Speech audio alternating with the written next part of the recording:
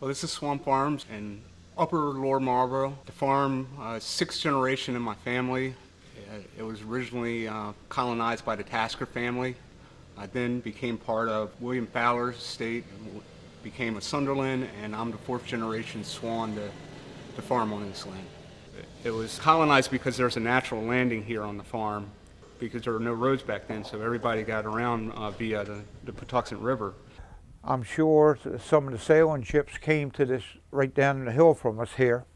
This cut you see there with the road going down, that wasn't natural.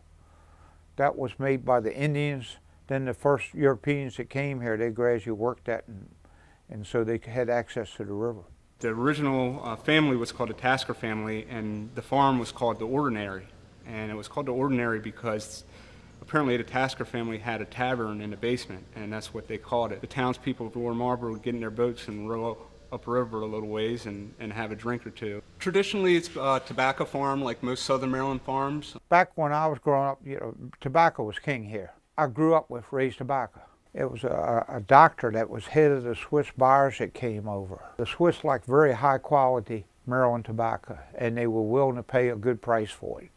They made our market for a number of years. I heard him make the comment that if he had a choice of anywhere in Southern Maryland he'd like to buy tobacco from, it was in Lower Marlboro, on Lower Marlboro Road and Cheneyville Road, that circle. He said it was more tobacco, the type that they wanted grown there, than anywhere in Southern Maryland. Leaving tobacco behind, it was an easy decision for us. We were already stepping away from the tobacco market. My grandfather started raising watermelons back in the early 70s, and by the 80s we were already transitioning into primarily being a fruit and vegetable farm and secondary tobacco farm in the late 90s. When the buyout came, my father and my cousin, who were farming in partnership at the time, took the buyout and transitioned to a fruit and vegetable farm.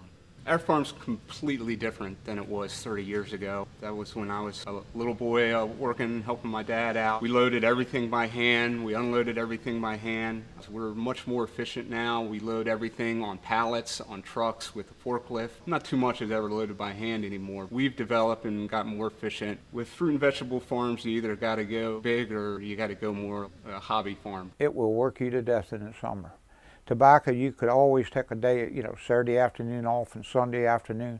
Produce it 7 days a week in the season. First off, you have to pick it when it's ready to be picked. And our customers, Sunday is a big sales day for our customers. They want it. So during the summer, we are a lot more busy than we used to be with tobacco. And in the wintertime, we can slack off a little, but peach trees take a tremendous amount of work during the winter.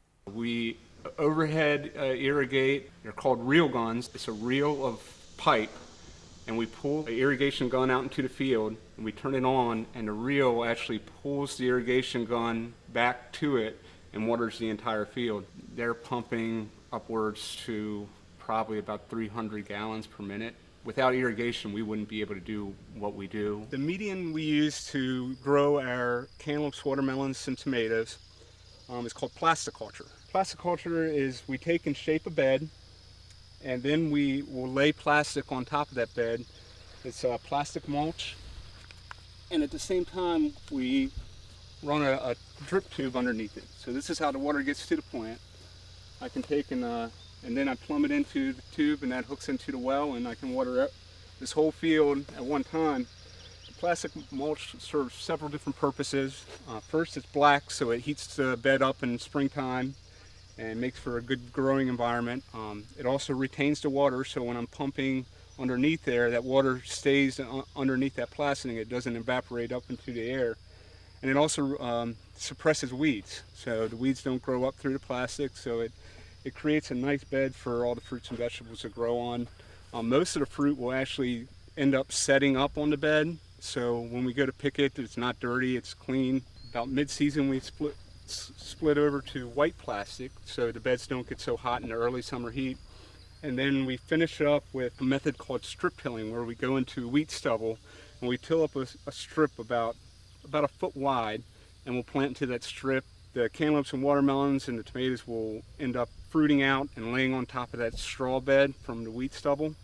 and it keeps it clean, keeps the dirt off the fruit. But everything's dependent on the weather. But when you're farming, you're in partnership with the weather, and the weather can dictate whether our season goes good or bad or in between. And what may be good for one thing, all the rain is very good for corn this year, but the watermelons and the cantaloupes don't like too much rain. They like more dry environment. We're a big fruit and vegetable farm for this area of the country. This area of Maryland, there's not too many farms that are full-time fruit and vegetable production.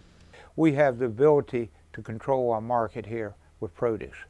When we got into tobacco, it was an extremely difficult auction system we were dealing with. And I always felt that the farmer never got a fair shake. And the produce market can be rough, and you can get beat up real bad, but we have a lot more control over our market now selling produce.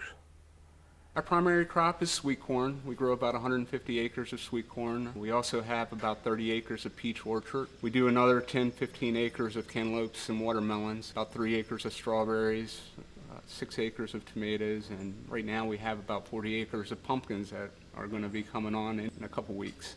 Almost all the roadside stands in Calvert County, and a lot of them in southern Maryland, carry our fruits and vegetables. Our secondary market would be gourmet, local grocery stores, Nick's, Bowen's, Roland's, Christopher's. We sell a lot of produce to Whole Foods. We also connect with some of the big food distributors in the area up in Jessup, and that produce could go anywhere. It could go to restaurants, it could go to any of the big grocery stores, so it kind of gets a little bit of everywhere. I have 4 children now.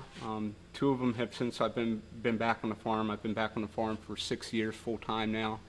And I just, the lifestyle, I can see them a couple times every day. In the wintertime when we're off, I get to spend a lot more time with them. It's a way of growing a family. It's how I grew up. It's part of my heritage, and I wanted them to experience that same heritage.